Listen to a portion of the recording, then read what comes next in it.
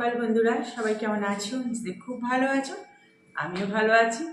আর সবাইকে বলছি আজকে হ্যাপি সানডে। সবার সানডে যেন খুব খুব ভালো যায়। আর আমাদের দেখো সানডে লাইট জ্বালিয়ে কথা বলতে হচ্ছে।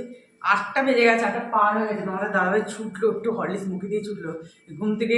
সব মানে ওঠো ওঠো বলতে বলতে আমার 6টার সময় ঘুম ভেঙে গেছে। 6টায় অ্যালার্ম দিয়ে থাকি রোববার দিনকে, কারণ রোববার তো রান্না থাকে না সকালে, মানে অফিসের রান্নাটা তো থাকে না।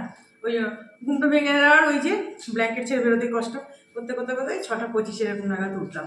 তারপরে উঠে উঠে এবার আমি তো উঠলাম, কয়েকটা জবা ফুল পেয়েছি, বাস আর তো কোনো ফুল টুল নেই। এখন তো ভীষণ মানে অসুবিধা। আমাদের দাদা মেয়েকে ডাকতে, একটা মেয়ে তো সেই নাকি কখনো ওঠে, উঠতেই চায়নি। তারপর বাবা উঠেছে, ওঠার পরে ও উঠলো। এই করতে করতেই দেখো আমার দাদাভাই দৌড় মারলো, বলো বাবার এই মাছের লাইন পড়ে যাবে, না তো কেটে দেবে না আবার মাছ, কোনো মাছ আনবে। চললো এবার। আর আমি তাই বলছি যে 8টা 10 বাজে, 8টা 10এই ছুটছো। আর দেখো সব মানে আশেপাশে অনেকে ঘুমিয়ে আছে, কোনো ওঠে নিশ্চিত। চারিদিকে দেখো না এখনো সব বন্ধ, কুয়াশার মতো, মানে অন্ধকার। জানার কাজ দিয়েও আলো আসছে না। আমি যখন একটু ছাদে গেছি, বাবা কি অন্ধকার, এবারে এত তখন তো ছাদে গেছি ধরো 6:45 পার হয়ে গেছে, তাতেই দেখছি অন্ধকার অন্ধকার, কুয়াশা তো আর ভীষণ। মানে খালি ভাবছি এই ওয়েদারটা কবে থেকে ঠিকঠাক হবে, একদম কড়া রোদ দেবে সকাল থেকে উঠেই। চলো আমি এখন চা বিস্কুট খাই, আর মেশিনে কাঁচা বসিয়ে দিয়েছি। এই কাঁচা হলেই, মানে এখন কাঁচা হয়ে গেছে, ধোয়া হচ্ছে জলে, ওটা হলেই ছাদে দিয়ে এসে তারপর ঘরের কাজ শুরু করে দেবো। টিফিন তো আছেই, রান্না তো আছেই। চলো সঙ্গে থাকো, দেখতে থাকো, আশা করি ভালোই লাগবে। দেখো আমার ঘর টর ঝাড় দেওয়া হয়ে গেছে, ওদিকে কাঁচাও হচ্ছে। আর এদিকে দেখো কড়াইশুঁটি, এই যে পুরটা পুরো একদম ময়ামের মতো করে, ময়দার সঙ্গে একেবারে একটু আটাও দিয়েছি, দিয়ে মেখে তারপর এটা কড়াইশুঁটির কচুরি বানাবো। এতে জানো তো খুব ভালো হয়, বেলতেও সুবিধা হয়, আর মানে খুব ভালো হয় কিন্তু। এই দেখো পুরো সবজি সবজি হয়ে গেছে, মাখাটা ঢাকা দিয়ে একটু তেল মাখিয়ে রেখে যাচ্ছি। বন্ধুরা 9টা বাজে, ওদিকে কিছু কাজ করে দেখি মেলে দিয়ে গেলাম সব। ওই দেখো সূর্য উঠছে উঠছে করছে, যেন ইচ্ছে করছে না। হাওয়া দিচ্ছে দেখো, হাওয়াটা ঠিক দেবেই, মানে যখন যেটা দরকার তখন সেটা দেয় না। এই যে সব ওইদিকে, এদিকে এদিকে, আর এদিকে তো আছেই। চলো একটু ওদের কাছ থেকে। দেখো সারা ছাদে শুধু গোলাপের পাপড়ি, সব গোলাপের পাপড়ি ঝরে ঝরে পড়ছে। এখানে রয়েছে এরা। আমার সব থেকে খুব ভালো লাগে যে ছোট্ট ছোট্ট গাছে যে ফুল ফুটেছে। এই দেখো গায়ে জোর নেই, আমি বলি তো হাসাহাসি করি। দেখো কত সুন্দর ফুলটা ফুটেছে, এখানেও ফুটবে। চলো ওদিক দিয়ে একটু ঘুরে আসি, ওদের কাছ দিয়ে একটু ঘুরে গেলে কাজেও বেশ মনে এসে যাবে আমার। দেখো কি ভালো লাগে বলো ওদের কাছ থেকে একটু ঘুরে যেতে। নিচের এই ফুলটাও ফুটছে অনেকগুলো। তবে কি আমার সবথেকে ভালো, আমার সব ফুলগুলো বেশ থোকা থোকা এই টাইপের হয়েছে। ওইখানে চন্দ্রমল্লিকা আছে 4টে, ডালিয়া মনে আর হবে না, নষ্ট হয়ে গেছে ডালিয়া গাছগুলো। চলো সূর্য মামাকে দর্শন করে চলে যাই। তারপর নিচে নামলাম, নিচে নেমে না দুটো ঘর সামনের দিকে মুছে দিলাম, তাহলে একটু কাজটা এগিয়ে গেল। আর এই দেখো তোমাদের দাদাভাই বাজার থেকে এসে গেছে, ও তো এগুলো খুব একটা মানে পুরোটা খায় না, ওকে একটা দিয়েছি। এই যে কড়াইশুঁটির কচুরি দেখো ভাজছি, একদম সবজি সবজি কড়াইশুঁটির কচুরি কিন্তু। আর বেশ জানো তো কড়াইশুঁটির কচুরিগুলো কিন্তু খুব সুন্দর ফুলছিল। দেখো একটা একটা করে ভেজে ভেজে এবার তুলছি। আর তোমরা তো জানো সব আমি একার হাতেই করি।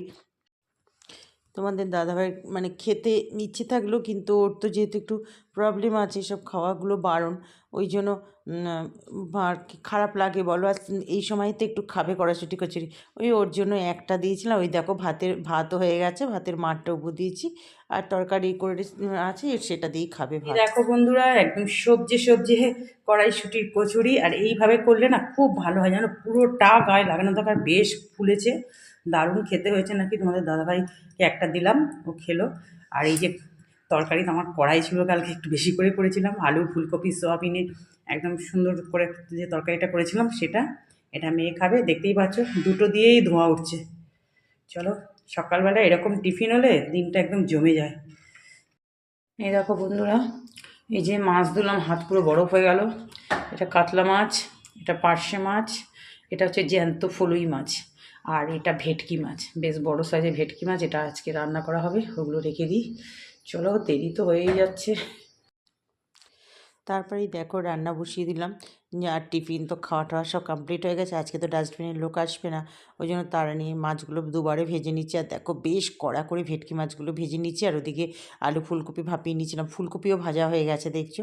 এবার দেখো সাদা জিরে ফোড়ন দিয়ে আলুগুলো দিয়ে ভেজে নিচ্ছি। আলুগুলো ভেজে এই যে আদা বাটা জিরে দিকে ভাত বসিয়ে দিয়েছি। দেখো জিরে বাটা, নুন, হলুদ, যেরকম মশলা দিই, কাঁচা লঙ্কা, টমেটো কেটে দিয়েছি।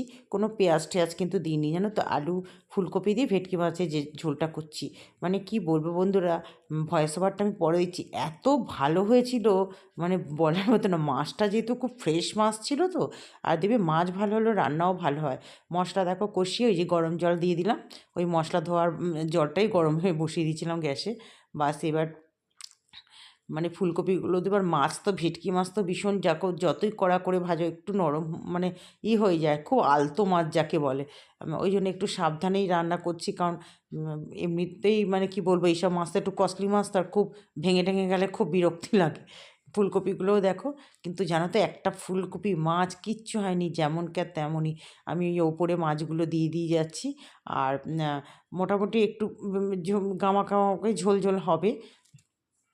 দেখো সব মাছগুলো একটা একটা করে সাজিয়ে দিয়েছি, ওই জন্য বাটি করে ঢেলে দিয়ে নিই, নাহলে তো ভেঙে যায় এলে। এদিকে দেখো অল্প একটু পোস্ত আর একটু বাদাম ভেজে নিচ্ছি, একটা শুকনো লঙ্কা। এই যে লাল শাক, লাল শাক খেতে কিন্তু ভীষণ ভালো লাগে। লাল শাকে অনেক উপকারও আছে জানো তো। আমার তো লাল শাক খাওয়া খুবই দরকার, যেহেতু হিমোগ্লোবিন প্রচণ্ড ডাউন একদম। সবই নানা রকম প্রবলেম আসছে এখন, কী করা যাবে আর। এই দেখো একটু নুন হলুদ আর কিছু না, আর পাঁপড় ভেজে নিলাম। আর শাকটা যখন হয়ে আসবে দু একটা চিনির দানা দিয়ে দেবো। এই দেখো আমার ফাইনাল লুক, ধনেপাতা দিয়ে দিচ্ছি। বলো কেমন হয়েছে, মাছের ঝোলটা খেতে কিন্তু দারুণ হয়েছিল। দেখো ফুলকপি টপি সব গোটা গোটা রয়েছে। এদিকে আমার লাল শাক ভাজাও হয়ে গেছে। খুব তাড়াহুড়ো, মানে দুদিকে দুটো কড়া বসিয়ে প্রায়ই বসাতে, দুদিকে দুটো, সকালে অফিস টাইমে তো বসাতেই হয়, এখনও বসাতে হয়। মাঝে মাঝে আবার এমন রান্না থাকে না, তখন বড় কড়াটাই দরকার হয়, তখন আবার ছোটো কড়াটাতে করা যায় না, তখন আবার একটা একটা করে করতে হয়। দেখো লাল লাল একটু টমেটোর চাটনি করলাম। দেখো রান্না তো হয়ে গেল, গ্যাস মোছা টোছা কমপ্লিট। শীতের বেলা না কি করে যে মানে দেরি হয়ে যায় কি বলবো, এক নাগারে করে যায়। তাও বাসনগুলো শুকিয়ে গেছে, মেশিন টেশিন সব পরিষ্কার হয়ে গেছে। সকালে মেশিনে কাচা হলো, এখন আবার কতগুলো হাতে কাচা আছে। আর মেয়েকে বলছি এরকম লাইভটা, উফ কত সুন্দর লাইভ, ভালো তো স্নান টান করে বসে গেছে, কি ভালো। আর এখানে নতুন আলুগুলো ধুয়ে দিয়েছি, পুরোনো আলুগুলো ধুতে লাগে না, নতুন আলুগুলোই ধুতে হয়। বালি বাসনগুলো এখন ওদিকে রেখে এখন কাছাকাছি আবার একটু আছে। তোমাদের দাদাভাই গেছে আবার হেয়ার কাটিং, নেই কি বলবো। চলো দেখো পুজো দেওয়া হয়ে গেল, আজকেও কয়েকটা জবা পেয়েছি, সব কালী মাতাদের দিতে পেরেছি আজকে।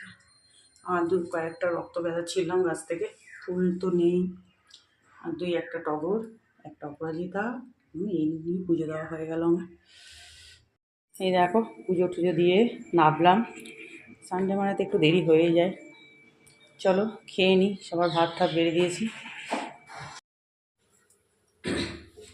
বন্ধুরা সন্ধ্যে সন্ধ্যে দিয়ে দিলাম, সন্ধ্যে দেওয়া হয়ে গেল।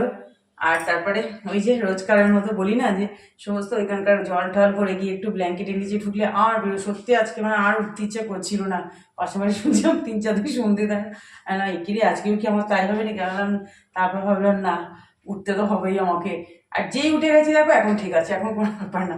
কিন্তু ওই যে ব্ল্যাঙ্কেটটা ছেড়ে ওঠা, ওটা খুব কষ্টের জিনিস। সকালের থেকেও যেন আমার মনে হয় বিকেলের এটা ভীষণই। তারপরে দেখো সন্ধে টন্ধে দিয়ে একটু দুধ চা বসিয়ে দিলাম, যেটাতে আমার ফুল এনার্জি এসে যাবে। কিন্তু বাইরে তা বলে না, ঘরেই যা করা করবো। মেয়ে তো আজকেও বলছে তুমি আজকেও গেলে না, আজকে লাস্ট মেলা।